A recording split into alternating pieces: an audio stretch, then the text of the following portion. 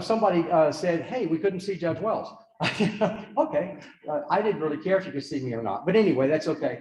But another thing is just looking at it that way, it was hard for people to see it on Zoom. So if you did try to watch it online last week and you weren't able to do that, I have re-recorded last week's lessons so that the slides are up and visible, and Jim will send out a link, or has been sent out a link to it. Now at this point, I need to turn off this right here that says got it, which tells me that it's being recorded, which is great. Here's my plan. And the plan is going to be that I'm going to teach this class until about 8:50. Give us a few minutes break between class and the beginning of the traditional worship service at 9 o'clock. And that's going to typically be the plan, unless there's some reason we need to adjust, which we did last week, and I may go a little longer or whatever. But that's where we are today. Today, we're talking about absolutely, I know I've told you this before. What am I going to tell you? Favorite city. My favorite place. This time I mean it. This time I mean it. If I need to stand here too, so I'm in the frame of my camera. I apologize, so the people on Zoom can see it. If I could have someone drop me off one place in Israel without a car, leave me for a week and come back and pick me up, this is where it would be, Capernaum. That's how much I mean this is my favorite place. Now I'm going to step out of the frame a second and get my water bottle. Thank you. One of these days we'll have this all working together so that nobody online will be able to see it. It'll be seamless, but not so much right now. But Capernaum is that place. That's the place that I want more than any of the places we visited. And you know how much I liked Caesarea Maritima. And you know how much I liked Mount Carmel, and how much I liked Megiddo, and how much I liked, Nazareth and Dan. This is the place I would go, even more than Jerusalem. And when we get to talking about Jerusalem, I'll explain that to you later. The fact of the matter is, in Jerusalem, there are so many disputes about what happened and where it happened and when it happened and all that kind of stuff that you kind of get confused. You don't get confused at Capernaum. All right. So, what happened?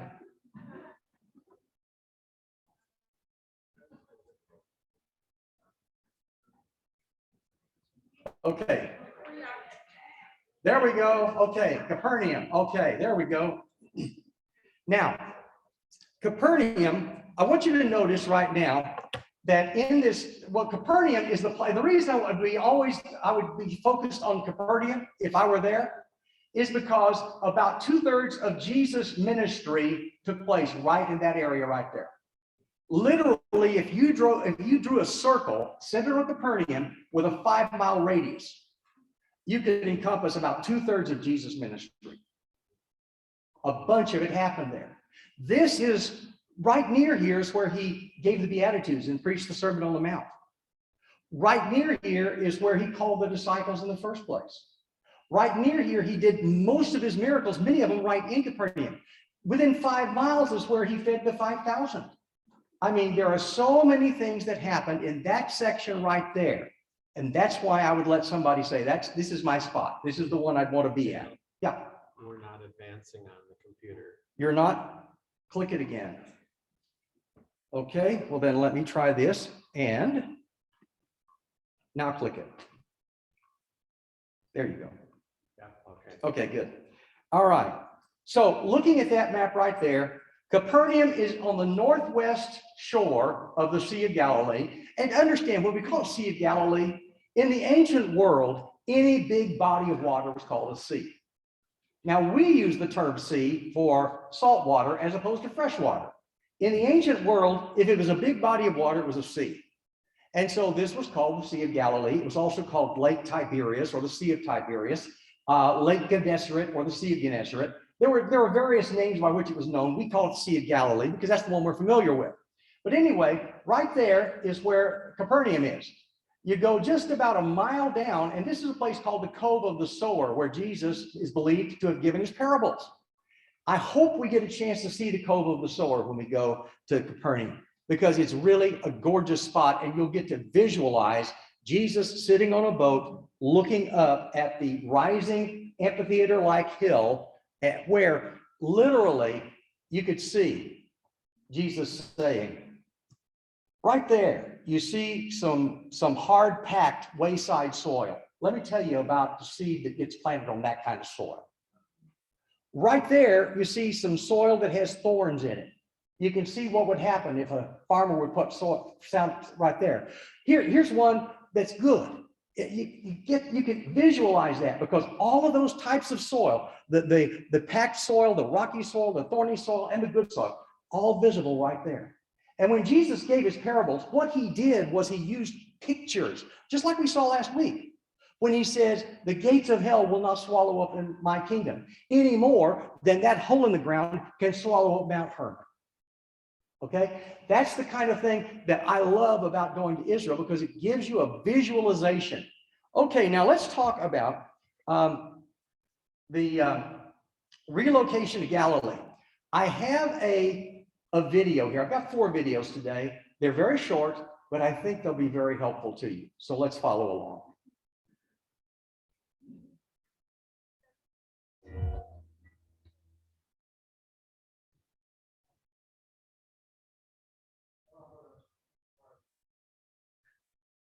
Do I need to start it over?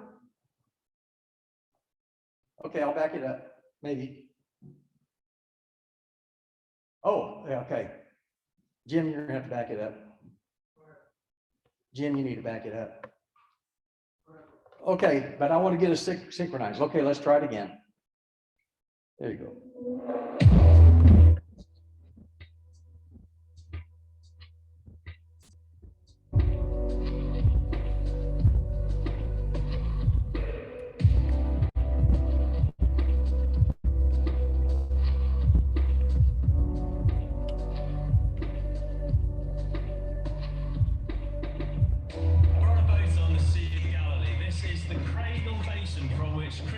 Emerged to change the world. Behind me you can see the place that Jesus of Nazareth, over this way, he made this his home. We read in Matthew's Gospel, Matthew says this, now when he had heard that John had been arrested, Jesus withdrew to Galilee, and leaving Nazareth, he went and lived in Capernaum by the sea. Now Capernaum is just over my shoulder behind me. Jesus set this up as his headquarters. And this little perimeter, just this corner really, the northwest corner of Galilee, became his center of ministry. He called the disciples in, Peter, Andrew, James, and John. He healed the sick here. He raised the dead here. He taught parables and the Beatitudes just on the mountain behind me here. It all kicked off in Galilee for the ministry of Jesus. And so this corner of the relatively small corner of the world has become the cradle from which Christianity has emerged to transform the world as Jesus the Messiah walked on the shore of Lake Galilee. We're on the Sea of Galilee in Israel.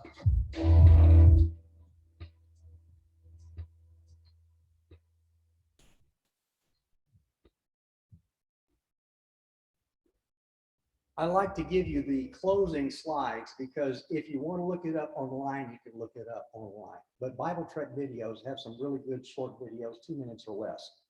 Okay, now then, here is the tribal allotment. In the back of your Bible, you probably have maps. And one of the maps that you'll probably have is where the tribes were allocated land when they entered into the promised land. Well, now notice a couple of places right here. Notice the tribe of Zebulun is located right there. And notice the tribe of Naphtali is located right there. So Zebulun and Naphtali, if you'll notice, they kind of encircle about a quarter of the Sea of Galilee from the kind of the southwest to the northwest of the Sea of Galilee. And I want you to see that, because if you read that text a minute ago that he read, it goes this way, Matthew chapter 4, verses 12 to 17. Now, when Jesus heard that John had been arrested, he withdrew into Galilee, and leaving Nazareth, he went and lived in Capernaum by the sea, in the territory of Zebulun and Naphtali, so that what was spoken by the prophet Isaiah might be fulfilled. The land of Zebulun and the land of Naphtali, the way of the sea beyond the Jordan, Galilee of the Gentiles, the people dwelling in darkness have seen a great light. And for those dwelling in the region and shadow of death, On them a light has dawned. From that time, Jesus began to preach, saying, repent, for the kingdom of heaven is at hand. So I want you to notice in particular verse 15. And there are three things I want you to see there. But notice he leaves Nazareth, he goes to Capernaum and lives there. And then in verse 15, it says, the land of Zebulun and the land of Naphtali. Now, Nazareth is located in the tribal allotment of Zebulun. It's right there on what's called the Nazareth Ridge. Capernaum is in the tribal allotment of Naphtali. So when there's a reference to Zebulun and Naphtali, that's the reference to those two places. And so Jesus traveled from Nazareth on a local road till he connected up with that, what's called the Via Maris, the way of the sea. And then he traveled that up to Capernaum. Now notice the rest of what it says here. Land of Zebulun, land of Naphtali, the way of the sea. Have you ever wondered what the way of the sea is referring to? Well, I've told you before, so you kind of know what we're talking about. The Latin is called Via Maris, which means way of the sea. That was the name of the international highway. And you recall Caesarea Joppa was on the way of the sea. Remember that? Caesarea Maritima was on the way of the sea. Megiddo is on the way of the sea. Mount Carmel is on one of the paths around, one of the links of the way of the sea that kind of splits a couple of mountain passes. And all of the places except Nazareth that we've talked about so far have been on the way of the sea. Caesarea Philippi was not, actually Caesarea Philippi was on the way of the sea. When you read in the book of Acts that Paul went on the road to Damascus, that would have taken him through Caesarea Philippi. So that's a part of that same international highway. So just about everything Jesus did in his ministry was centered on that international highway. The significance of that is that this is Jesus reaching out not just to Jews, but to Gentiles at the very beginning of his ministry. Jerusalem was not on the international highway. It was not on the way of the sea. It was on the way of the patriarchs that runs along the mountain range. It's more of a local road than an international road. Jesus focused his ministry on the international highway, the way of the sea. Now, why is that important? Why am I making a big issue out of that verse 15? Notice it says, so that what was spoken by the prophet Isaiah might be fulfilled. 700 years before Jesus, Isaiah wrote these words. In our Bibles, they're Isaiah 9, verse 2. In the Hebrew Tanakh, it's Isaiah 8, verse 23. There are places in the Bible where the English breakdown of verses and the Hebrew breakdown of verses are not the same. And this is one of those places. So that passage is something Isaiah wrote 700 years before Jesus. Do you think that's significant? Yeah. It's like, this shouldn't have surprised anyone, right? Because it's what the Bible says. How do we know that Isaiah 9 is talking about the Messiah? Because in that context, he talks about the things God is going to do, not only for his people, but also for the Gentiles. And it comes down to verse 6, and that's where that passage closes. To us a child of hope is born, to us a son is given, and the government shall be on his shoulders, and his name shall be called Wonderful Counselor, Mighty God, Everlasting Father, Prince of Peace. And of the end of his kingdom, and his kingdom will never end. I get chill bumps reading that stuff. And Matthew's the one gospel that constantly calls us back to the Old Testament and says, what Jesus did fulfills the Old Testament prophecies. And this is one of those places where that happens. So those are the three things that I think it's really important to see. Zebulun and Naphtali, the way of the sea. Oh, and the other one here. Notice he says Galilee of the Gentiles. Now in Isaiah, if you're reading ESV in Isaiah, it says Galilee of the nations. The word Galilee comes from the word Galil, which means a circle. That's what it means, a circle. Now, it refers to the Sea of Galilee, and we look at that and say, well, it's not a circle. Well, if you're on the ground looking at it, it might look like a circle, okay? So that's what it refers to. It's talking about the circle being the Sea of Galilee and the area around it. But in Isaiah, it says Galilee, or Galil ha-goyim.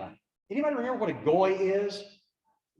It's a Gentile. Yeah, it's not a cross between a girl and a boy, right? A goy is a Gentile in Hebrew. The Greek word for goy, the one that you use here in Matthew, is ethnos. It's the word from which we get ethnic. We talk about being a multi-ethnic congregation. We're saying we got all kinds of Gentiles here. That's what we're literally saying. Because as far as the Jews were concerned, there were two kinds of people. There were Jews and there were ethnoi. The plural in Greek is with an OI. The plural in Hebrew is with an IM. Okay, ethnos, that's what we are. Every one of us, I would suspect, in this room falls in that ethnic category. And that's important. Do you think that's important for us to realize? Especially when we have this idea that somehow we're specially favored by God and he likes us better than everybody else. And we have a tendency to look down on people of other ethnicities. We have the same problem the Jews had in the first century. So when we read the Gospels, we need to kind of read it looking at a mirror and say, how much like the Jews am I? Okay, so that's the idea. Those three things I want you to notice. It's on the international highway. He moved from Zebulun to Naphtali, and it is the area called Galilee of the Gentiles. And Isaiah wrote that 700 years before Jesus. All right, now we're going to move. So those are the three things right there: the way of the sea, Galilee of the Gentiles or nations, and the land of Zebulun and the land of Naphtali. All right. Now, when we are at Capernaum, you will see a Roman milestone. You know, you drive down the highway, and if your car breaks down, what do you look for? A mile marker, right? So you can call in and say, I'm at mile marker, this is a. This is a mile marker on the international highway, the way of the sea, the Via Maris. Now, this particular mile marker dates to about 100 years after Jesus. It dates to the time of Trajan. But you know how it is on highways. They put those things up periodically now and then. But there's a mile marker that we'll see in Capernaum on the Via Maris right there that dates to about 100 years after Jesus. All right. Now, Jesus makes his headquarters in Capernaum. I have another video here. Hopefully, we'll get into it fairly easily.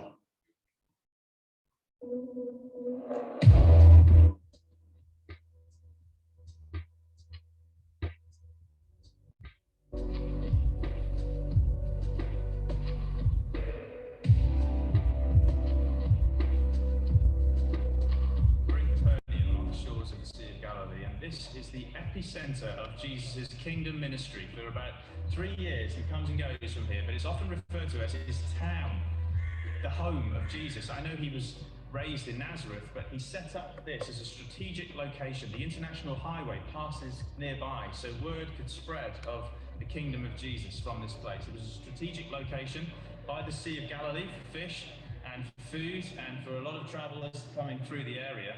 And this is Capernaum. Then behind me on this side is the synagogue. Jesus taught here. He healed a man with a withered hand here on the Sabbath.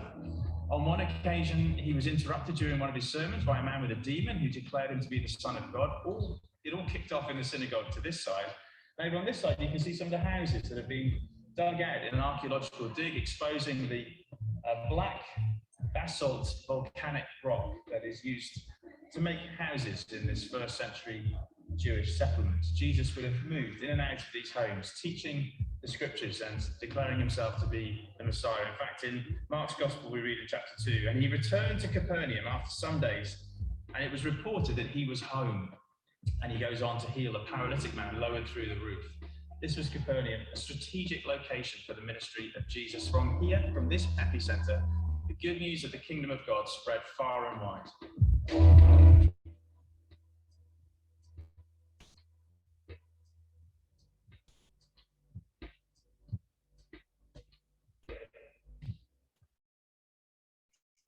Okay, Jim, you need to go in. Oh, there. You need to go in advance. Just go in advance. It'll be fine. You got it? Did it not advance? There it is. Okay, hang on. There it goes. Okay. All right. Here is an aerial view of Capernaum looking from the southeast. And there are some important things there that you'll see. For example, what you'll see here Go on to the next slide. Jim. There you go. Okay, the Church of the Beatitudes.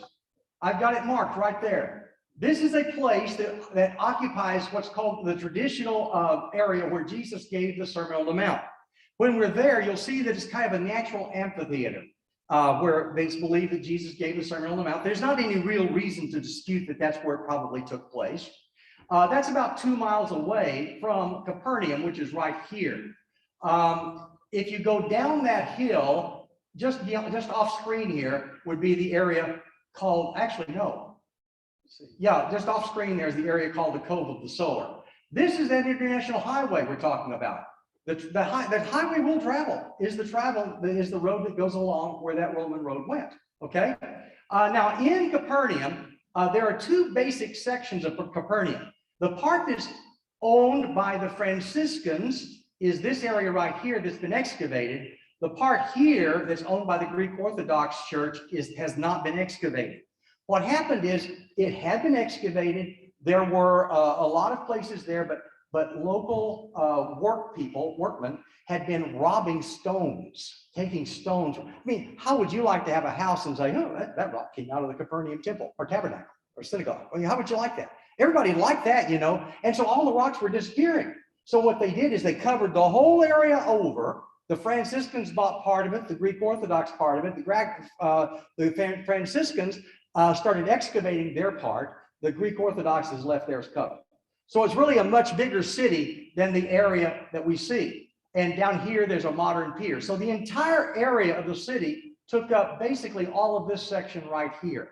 If you go from that pier up to the highway and across, and that's it. But the part we'll visit is this part here. And notice there are two structures, Peter's house and the Capernaum Synagogue, that we're going to talk about a little bit. Okay, here is a closer view of the aerial of the area, and you can see how close. Now, did you notice that Peter's house looks a lot like Bob Hope's house in Rancho Mirage? Did you notice that? Have you ever wondered where Bob Hope got the idea of making a house that looks like a, okay, that's not the house, okay? Anybody surprised when I tell you that's not the house? Okay, but it is probably the correct location, and I'll explain it to you in a minute. Here's another view looking at sea level. The Church of the Beatitudes off there a couple of miles, Peter's house at the forefront, and the Capernaum Synagogue very close to it. Another view, this is looking from the north, and you can see the area that we'll travel, which is Peter's house, Capernaum Synagogue. You can see the Sea of Galilee, that part that looks like sky, that's really the water, and the Greek Orthodox Church that way. Now, the entrance where we'll enter Capernaum is right here. Our bus will stop in this parking area right here, and we'll go in the entrance right there. And it's really neat to know that this is Capernaum, because obviously it was nice that the people in the first century put up a big sign. You know, Capernaum, home of Jesus, or the town of Jesus. I mean, wasn't it nice of them to do that? It's kind of like the guy in, you know, Simon the Tanner was nice enough to put that sign over his. Okay, I told you Simon the Tanner's house was not the real house. It might be the location, it's not the real house. I'm going to tell you the same thing about this. Capernaum, we know this is Capernaum. Obviously, it didn't have a sign.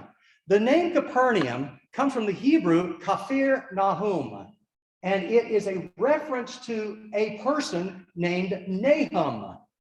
Have you ever heard of a person named Nahum? So the speculation is this may have been where Nahum the prophet came from. We don't know. It may be a reference to some other person named Nahum, but Kafir Nahum became one word in Greek, Capernaum, and that's what we're going to, Capernaum. And there's the way the entrance looked when I was there in 2014. Now it had actually changed some before that, so who knows if it's going to look like that when we get there. And beside the gate, you'll see there's the sign ahead of it on the top, Capernaum, the town of Jesus. And then there's the other entrance by the gate where you go in, Capernaum, the town of Jesus.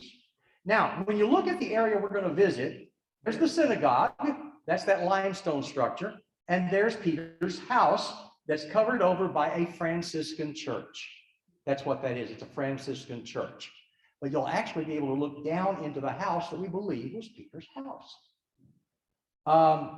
This is another closer view. Do you see how close they are to each other? How far would you guess that is between the two? between the synagogue and Peter's house? I'm thinking 25 yards. I'm thinking about the 25-yard line to the goal line in a football field, right? Looks about right, don't you think? Pretty close. Well, one thing you'll find out is a lot of the houses were built very close together, and that was just the way it was back there. But notice how big the synagogue is.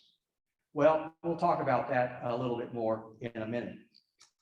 Here's the synagogue aerial from the north, and you're looking and you see that Franciscan Church over Peter's house there right in the background. Okay, that's the way the synagogue looks. Notice the synagogue has two major sections. The part on the right is the actual synagogue. The part on the left is an auxiliary room. It's their fellowship hall. Okay, so churches got the idea of a fellowship hall from the Jews. Anyway, there's the synagogue looking at it from the north. This is again looking at Capernaum from the Sea of Galilee. You can see the Greek Orthodox Church right there, and then you can see the you can kind of see the structures. There's the synagogue, and you can't really see Peter's house from there. There's another view. You can see the roof of the Franciscan Church there, but it's kind of obscuring the synagogue. You can't really see it from this location, from this particular view. There's the Greek Orthodox Church. It's called the Church of the, some people call it the Church of the 12 Apostles. Some people call it the Church of the 7 Apostles. Why do you suppose they call it the 7 Apostles? The 7 Apostles refers to the 7 apostles who went fishing in John 21. In John 21, where Peter says, I'm going fishing. And it lists 7 people that joined him and they went fishing. So you'll hear some people refer to it as the Church of the 7 Apostles. Some will refer to the Church of the 12 Apostles. But it's a church that was built and then renovated in the 1930s. It's a very, very interesting building. We won't go in it, but you'll get to see it. It's a pretty building. And there's a closer view of it. There's a harbor that was built to try to accommodate the scenic tours. You know, people get on a boat and they go all over the Sea of Galilee, and they thought it'd be nice to be able to, you know, pull right up to Capernaum Harbor and get out of the boat and, you know, walk around Capernaum. Well, almost as soon as they built it, a boat ran into it, and they hadn't rebuilt it as the time I was there last in 2014. I don't know if it'd be rebuilt by now or not, but somebody ran over it. So the 2 buildings we're going to look at, Jesus at Peter's house, and I have another short video about that, the Bible Trek video again.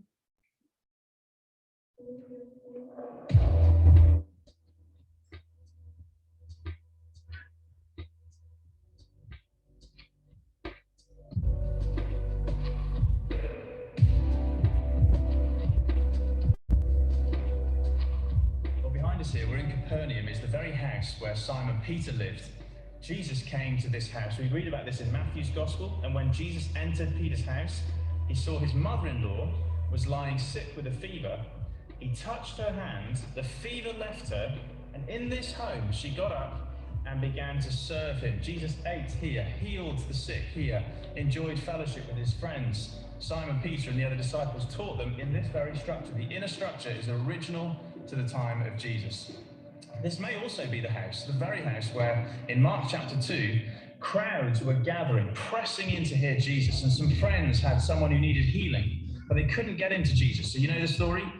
This would have had a wooden roof frame. They managed to open up the roof, the flat roof as these homes had, and they lowered him down into this house. He was a paralytic. Jesus looked at him and said, "Son, your sins are forgiven." That wasn't quite what he'd come for, down through the roof. He wanted healing, but Jesus said, "But that you might know that I have authority to forgive sins. Take up your mat, get up and walk." And in front of everyone in this house, he got up, took his mat and walked out, to the amazement of all the crowds. This is Simon Peter's house in Capernaum, a place of extraordinary miracles by Jesus.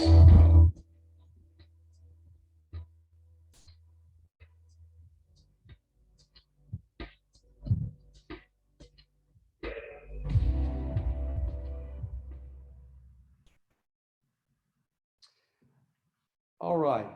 Now then, this is, now, the whole structure you're seeing here is not Peter's house. But let me tell you a little about this. As far back as 50 AD, when Peter was still alive, the Christians believed this was the house. That was his house. Okay, Peter wasn't living there anymore, but this was venerated by the early disciples as far back as the middle 1st century as the location of the house. Down through the centuries, there have been a number of churches built around it. And what you're seeing here, these octagonal structures are actually the structures built around the 1st century. The 1st century house is this part covered by this tin roof. So, you know, Dr. Allerton said it was a wood roof. Now you see it was actually a tin roof, corrugated tin. Not really, not in the 1st century anyway. That was a joke, folks. Okay, all right, okay, got it. Some are funnier than others, I get it, okay. It's early, not enough coffee, okay. But anyway, this is the part that has been dated to the 1st century that's believed to be Peter's house. These others are the remains of churches that were built around that structure. And this picture was taken before the Franciscan Church was built, and it began to be built in about the mid to late 80s. It was finished in 1990. So today, this is what you would see. That's the Franciscan Church. And you can see how it's built on stilts so that if you look under it, you can see the remains of those older churches. And right in the center, you can see the remains of that 1st century house. This is the entrance to that Franciscan Church. And this is the inside of that Franciscan Church. And notice the glass floor. You can look down through that glass floor and see the actual 1st century remnants of that house. Can we be sure that that's Peter's house? We can probably be as sure of that as anything in Israel. There are some places you can be confident of, some places that you can't, but that one we can be fairly confident of. This is the way it looks underneath the Franciscan Church, and the part you're looking at that's the 1st century house is this part right here. You've got the door into it, you've got this central living area right there, and then the later structures that were built around it. It is a fairly large house by 1st century standards. It was a fisherman's house. They found archaeological evidence that a fisherman lived there. It was a family, it was a fairly large family that lived there. What you're seeing is actually the central part of the house. It had some probably bedroom type areas around it that didn't survive. So it was a fairly, my suspicion is that it wasn't just where Peter lived and his mother-in-law and his wife.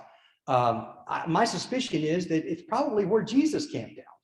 I don't know, but there's no reason to think he lived somewhere else, but it was called Peter's house. But this is where a lot of the events that took place in Capernaum took place. In fact, here are some things that happened in Capernaum. Peter's mother-in-law was healed. Centurion's servant was healed. Paralyzed man was let down through the roof, probably of this house, and was healed. Demoniac was healed in the synagogue. Jesus was preaching. He was interrupted by this demoniac coming in, calling out that you're the Son of God, and Jesus cast the demon out of him. There was a paralytic that was healed. Nobleman's son was healed. Jairus' daughter was healed. 2 blind men were healed. A man who was devoid of speech, a dumb man. That's what dumb means. It's not as we typically use the word dumb. It means a speech impaired person, a person who couldn't speak. And a dumb man was healed. And this is where, Peter says it's time to pay the taxes and we don't have any money. Jesus says, go catch a fish. Remember that? Go catch a fish. And what did he find in the mouth of the fish? 2 coins. One for Jesus' taxes, one for Peter's taxes, right? Anybody want to find that fish in April? Okay. Anyway, is it okay? All right. Now let's move on here. These are the houses from the north facing toward Peter's house. This limestone right here is the entrance into the synagogue down here at the bottom, and there's the area where Peter's house is. So that's what you're looking at. See how all of these homes are kind of built, but so the wall of one house becomes also the wall of the next house? This was the original condo complex. I haven't found the pool or the jacuzzi yet. But this is the original. This is the way they built a lot of houses back there. And they're all built out of this black basalt. Now, not so much here, but imagine this. They don't have street lights, right? So on a moonless, dark night, when you're walking around and there are a bunch of structures built out of black rock, what's going to happen? A bunch of stubbed toes, right? You remember a passage that says, thy word is a lamp unto my feet and a light unto my path? Means a whole lot more now, doesn't it? We don't get the images because we don't live in that kind of a world. But when you put yourself in the mindset of the first century and what they were experiencing, it makes a whole lot more sense. So there's the basalt houses with Peter's house looking at it from the north.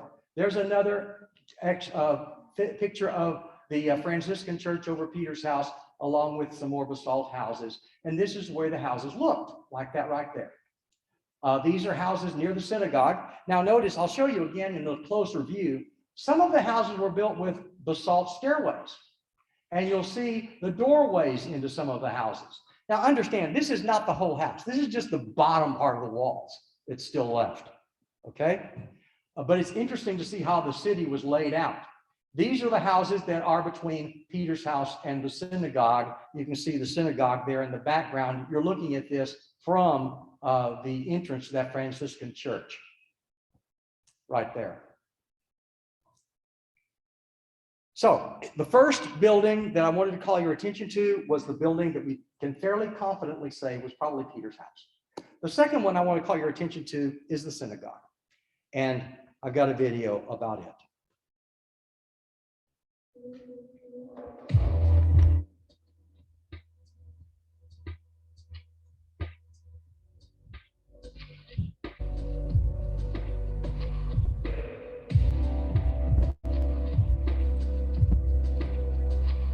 This is the synagogue in Capernaum. This is where Jesus taught crowds of people. He came into this place.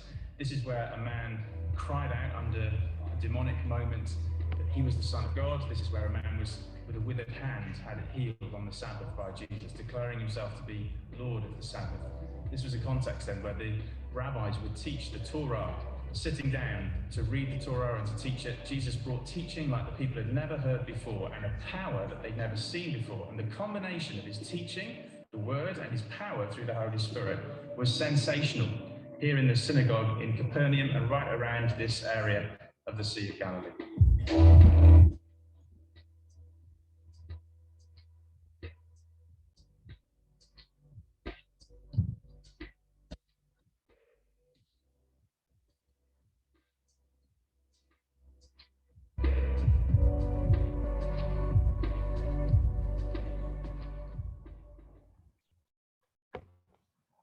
All right, here's a picture of the synagogue. Now, I want to mention this to you. We don't have time to go through it right now, but sit down and read Mark 1, beginning when Jesus is baptized by John. He begins his ministry. Read from there all the way through chapter 2 and into chapter 3. All of those things took place in Capernaum. So you want to get a flow of what happened when Jesus began his ministry in Capernaum? Read Mark chapter 1 and 2 and into chapter 3. Well, this is a picture of the synagogue. Now, I have to tell you, this is not the synagogue Jesus preached in. It is not. This synagogue was built in about the 4th century, maybe the 5th century. It was built, though, exactly on the footprint of the 1st century synagogue that Jesus preached in. So when you stand here, you're standing where Jesus stood when he preached. Not on the same rocks, but they're right below you. And I'll show them to you here in a minute, okay? What they did is, because by the time you get to the 4th and 5th century, Christianity has become a prominent part of Roman civilization. They had an old 1st century synagogue there. It was ugly. It was made out of black basalt. You'll read, actually, remember that centurion in Capernaum? And he says his daughter was sick and close to death. And the Jews said, help him out because he loves our nation. And he built our synagogue. That's the synagogue that we're talking about, okay? Well, what happens is that is not an impressive enough synagogue. So at about the 4th or 5th century, they knocked it down and built this very beautiful limestone synagogue right over the footprint of the old synagogue. The 1st century synagogue would not have been nearly as well decorated as this one. You see a lot of the artwork on the synagogue as you look at it from various angles. This is the way the synagogue would have been laid out. The benches along the side are where the elders would have sat. The benches along the side. The worshipers would have sat probably on mats right here. Typical of a church building, you've got an aisle on both sides, so people can get out any direction. This is the area right here under this where the rabbi would have read the Torah and then read. But when the people came to pray, they always prayed the other direction because every synagogue in Israel is built facing where? Jerusalem, okay? So that's it, facing Jerusalem. So when the rabbi reads, he's facing Jerusalem. When the people pray, they're facing Jerusalem. That's what goes on there, okay? That's the way the interior of the synagogue looks when we get there. Now then, another picture of the interior. You'll see a lot of carvings around. But again, this is 4th or 5th century, which is important because typically the Jews, the Old Testament law forbade making images of living creatures. Remember that? Couldn't make images of living creatures. So what you're going to see a lot of is things like palm trees, things like, geometric designs. Oh, it's telling me 5-minute warning. Okay, palm trees, things like that. There's the interior of the synagogue. Another shot of the interior of the synagogue. This is the way looking from the north through that back door that the preacher could escape from if people really hated the sermon. This is the benches the elders would have sat on. You'll find a lot of things like this. Inscriptions in the synagogue in Greek that identify someone who donated to the building of this synagogue. And so there's a list of some people who donated to the building of the synagogue right there. And then it had an annex room, which was used for a lot of things. It was used for a hostel. It was used for school. It was used for social gatherings. Typical use that we would put of a multi-purpose room. And that's what it was used for, okay? This is another picture of the annex room, another one of the annex room. Now, notice these stones underneath. The black stones on the bottom. They originally thought this was a part of the foundation of the limestone synagogue. They figured out it's not. It's actually the walls of the 1st century synagogue. And if you look, you'll see that they left that part of the wall intact and they angled it so that it would be level when they put the new synagogue on top of it. There's the 1st century wall right there, that black part right there. So when you're standing in that synagogue, you're standing where Jesus stood. Okay? This is the 1st century remains. They said, well, wonder what happened to the old synagogue. Here's what happened. They knocked it down and used it to fill underneath the new synagogue. And they got in there and they got to digging and they found all of this 1st century stuff. This is a part of the structure of the synagogue that Jesus preached in. And you'll notice there's a 1st century bottle of Evian right there.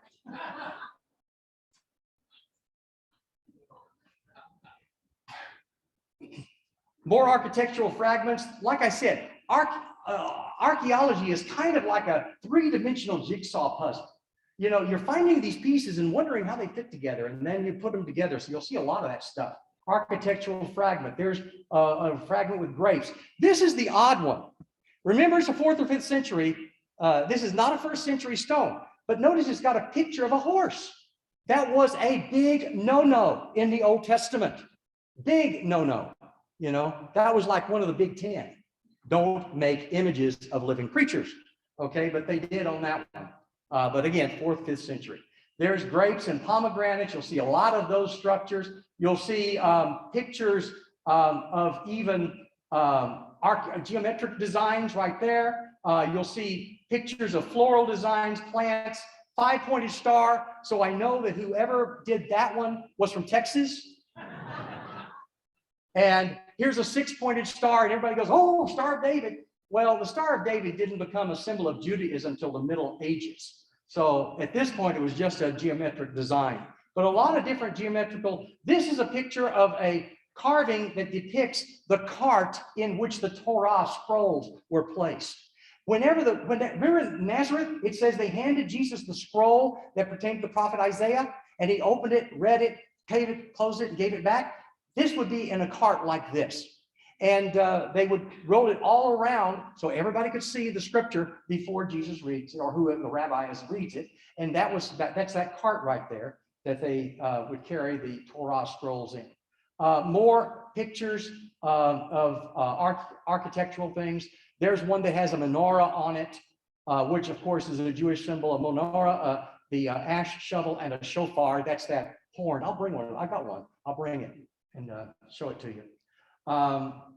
More of those things, and then Peter's houses. Now, more houses. I want to show you, I got to get through this, guys. Just showing you a whole bunch of pictures of various houses around. There's one with a bigger doorway. There's those steps I showed you a while ago, another set of steps. In the Byzantine era, they started doing a lot of things with mosaics. There's a mosaic that was found at Magdala, but it's on display at Capernaum. And there's a mosaic floor that they're trying to reassemble from pieces that they have found. And more of the mosaic floor. These are basalt grindstones right here. Remember when Jesus said, if someone offends one of these little ones, tie a stone around his neck and throw him into the Sea of Galilee. Capernaum apparently made this kind of stuff because there's a lot of this stuff around. Looks like a place where they manufactured implements out of basalt. Now,